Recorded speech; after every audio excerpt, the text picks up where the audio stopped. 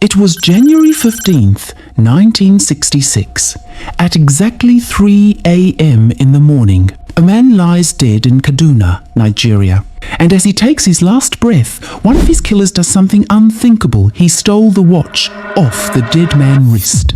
That single act of disrespect would light a fuse that killed over 30,000 people. This is the story. You need to understand something.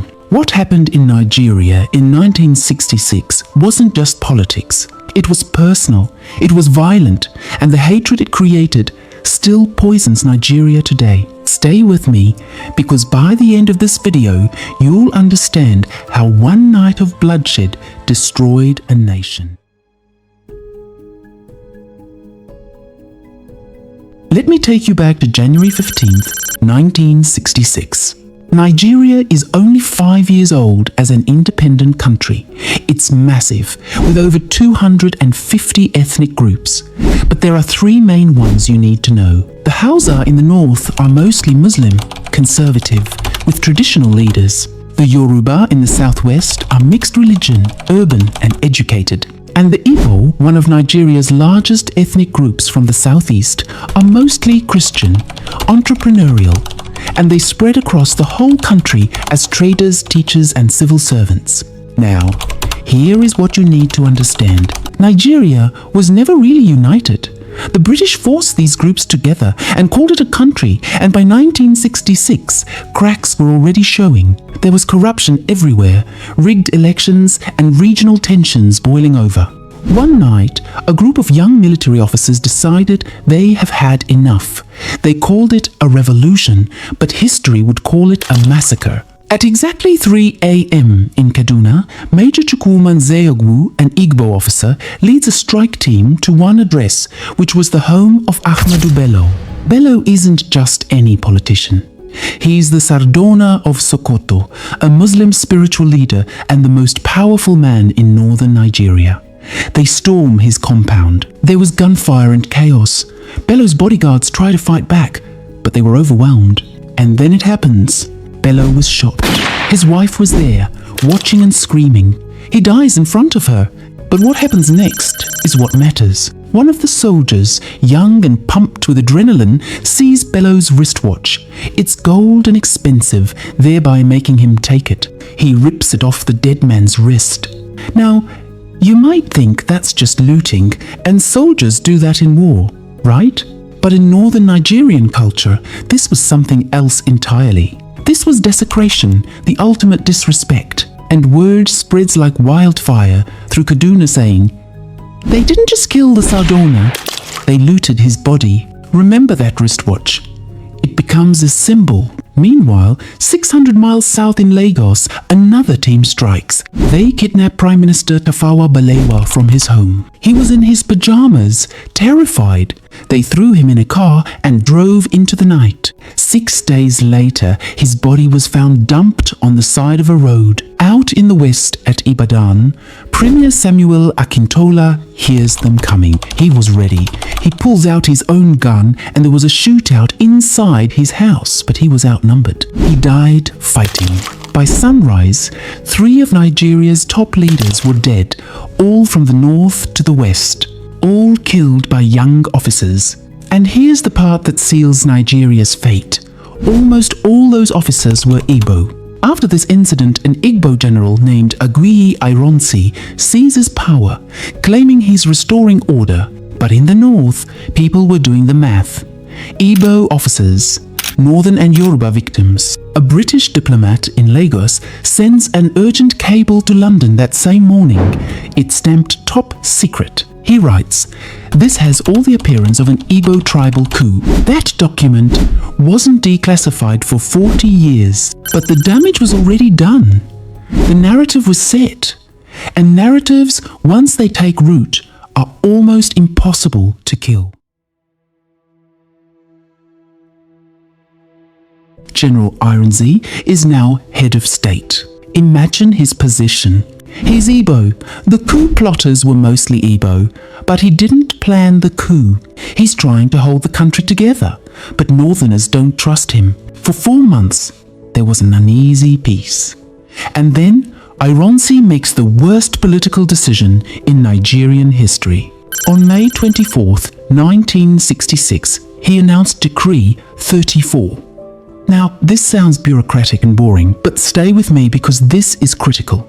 Decree 34 abolishes Nigeria's regional system, which means no more semi-autonomous regions. Everything centralized and now one unified country. On paper, it sounds reasonable, right? But here's what Northerners heard. Igbos killed our leaders. Now they're taking over the whole country. You see, northern Nigeria was less educated at the time, with fewer university graduates. Under the old system, Northerners were guaranteed civil service jobs in their own region. But under Decree 34, those jobs would go to whoever scored highest on exams. And Igbos, who had more Western education, would dominate. Northern students saw their futures disappearing. A British intelligence officer in Kaduna files a report in late May. It says, Northern students are openly calling for revenge. Violence appears inevitable. That report sat in London archives until 2006, and by the time anyone read it, 30,000 people were already dead. Then the propaganda machine starts. Radio stations in the north spread a rumour saying, Igbos are celebrating Bello's death. They're drinking champagne and dancing on his grave. It wasn't true. But in 1966, there was no internet, no fact-checking, and no social media. Rumours become reality. And reality becomes rage. Northern soldiers started meeting in secret, and they started planning their own coup. But this one won't just target officers. This one will target every Igbo person they can find. On July 29th, 1966, Ironsi was in Ibadan for an official visit. He stayed at the government house, surrounded by security. He thought he was safe, but he was wrong. Just after midnight, northern soldiers stormed the compound. They grab Ironsi and drag him outside. What happens next was too graphic for some sources to print.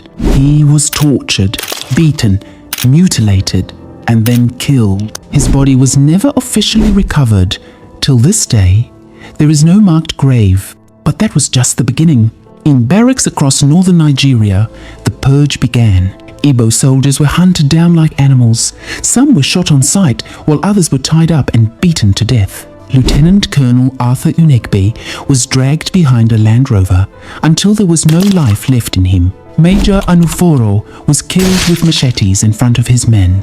But here's what history books didn't tell you. The violence doesn't stop at the barracks. On September 1966, it spilled into the streets like Kano, Jos, Zaria and Kaduna. Mobs armed with machetes and clubs went hunting for Igbos. Markets burned, homes were looted, and families were slaughtered in broad daylight. A British missionary named James O'Connell was in Kano when it happened. He writes in his diary saying, I watched a man being hacked to death in the middle of the street. No one intervened.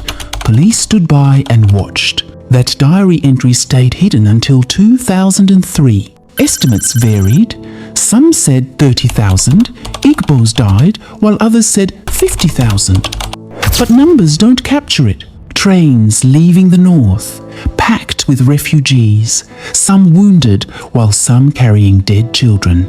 Women who watched their husbands killed and men who couldn't protect their families all flooded south, over 1 million of them. A photographer named Hilary Nyoku captures some of the images. Hollow eyes, torn clothes and everything they owned left behind. The Nigerian government bans those photos until 1999. One refugee, a trader named Chukwudi, says something that sums it all up. He said, "We thought we were Nigerians, but they showed us we were only Igbo." That trauma, that realization becomes the foundation of Biafra. Because if Nigeria won't protect you, you protect yourself. On October 1966, a new leader emerges, Lieutenant Colonel Yakubu Gowon. He was young, 31 years old at the time, a Christian from the Middle Belt. He promises reconciliation, peace, and unity. But behind the scenes, foreign governments were watching closely. A British intelligence report dated October 15th says this: Gowon is well-meaning but lacks control. The North was ungovernable, secession likely within 6 months. That report was declassified in 2006. British saw it coming. Meanwhile, in the East, Colonel Odumegwu Ojukwu is a military governor. And Oxford's educated, brilliant, and now hosted over 1 million traumatized refugees. They were angry, terrified, and demanded protection. Ojukwu knows he was running out of option. In January 1967, Nigerian leader fly to Aburi in Ghana for emergency talks. Gowon and Ojukwu sat across from each other, and they make a deal. Nigeria will become a loose confederation with more power to regions and less federal control. Ojukwu flies home thinking the crisis is over, but when Gowon returns to Lagos, Northern advisors surrounded him and said to him, "If you give the regions too much power, Nigeria will collapse and you'll be blamed forever." Gowon cracks under pressure and he reverses the Aburi Agreement. A United States Department memo from March 1967 says, Ojukwu now views secession as inevitable. War is likely. That memo was leaked in 1982. On May 30th, 1967, Ojukwu steps in front of microphones in Enugu and says the words that defines the next 3 years. He says, "Fellow countrymen and women, you have mandated me to proclaim the Republic of Biafra." The crowd erupts, and within weeks, Nigerian forces invade. The Biafran War begins. But this isn't a war about tribes. It's about oil, power, and international interests. Shell, BP, and Cold War superpowers were choosing sides. And that's a story we'll cover next time. Here's what you need to understand. The 1966 crisis didn't invent ethnic hatred in Nigeria, but it weaponized it. Before 1966, Igbos lived everywhere. They were traders, soldiers, teachers, and doctors. They married across ethnic lines and built lives in the North and West. After 1966, that was over. Trust was shattered. Even after the war ended in 1970, the scars stayed. 60 years later, Nigerian politicians still exploit 1966. Every election someone brings it up. Don't vote for them. Remember what they did. But here's the truth nobody wants to say. The average northern farmer didn't kill anyone in 1966. The average Igbo trader had nothing to do with the coup. It was the elites who were fighting for power that destroyed ordinary lives. And 6 decades later, ordinary Nigerians are still paying the price. The stolen wristwatch, the secret cables, and the betrayal at Aburi. These aren't just history. They're wounds that never healed. So that's the real story. Not the version they taught you in schools, not the sanitized, edited, and government-approved version, the stolen wristwatch that became a symbol of disrespect, the secret British and American files that predicted everything, the massacre that killed tens of thousands and created a nation that never was. If this video opened your eyes, hit that subscribe button right now, because next week we're diving into the Biafran War itself. The starvation that killed 1 million people, the propaganda on both sides, and the foreign powers that funded the bloodshed. You don't want to miss it. Drop a comment below. What part of this story shocked you the most? I read every single one. I'll see you in the next video.